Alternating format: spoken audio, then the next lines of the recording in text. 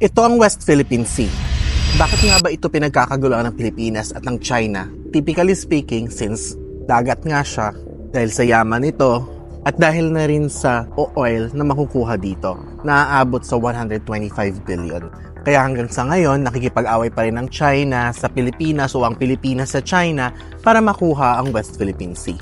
Kamakailan nga lang ay nag-celebrate ang mga Spanish ng 500 years daw na pagkaka-capture ng Pilipinas.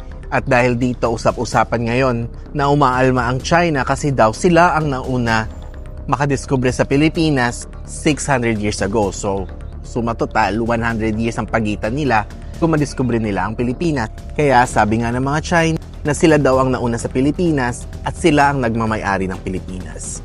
Ayon nga sa updated na mapa, andito ang Philippine Sea, andito ang China, at malapit siya sa Pilipinas. Pero ito is dinidispute ng China. Ayaw pa rin tanggapin. Ikaw, ano sa tingin mo ang dapat gawin ng Pilipinas sa China para magkasundo sila dito?